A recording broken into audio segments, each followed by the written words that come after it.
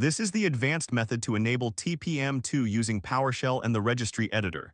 Start by opening the Start menu, type PowerShell. When it appears, right-click and select Run as administrator. A blue PowerShell window will open. Now type this command and press Enter. If it shows TPM present as false or not ready, that means the TPM chip exists but is disabled. We will now enable it manually. Next step. Press Windows key and R together to open the Run box. Type Regedit and press Enter. Click Yes if it asks for permission. The registry editor will open. Now go to this exact path step by step. If the TPM folder does not exist under Windows, right-click on Windows, choose New, then click Key. Name it TPM. Now click on the TPM folder. On the right side, right-click and choose New. Then select DWORD 32-bit value. Name it Enable TPM Auto Provisioning.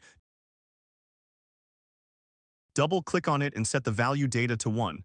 Press OK, close the registry editor. Now go back to PowerShell, type this command, and press Enter. Wait until it says TPM successfully initialized. Once done, restart your computer. After restart, press Windows and R keys together again, type tpm.msc and press Enter. A window will open named Trusted Platform Module Management. If everything worked correctly, you will now see TPM is ready for use and the specification version is 2. If this helped you, like and subscribe.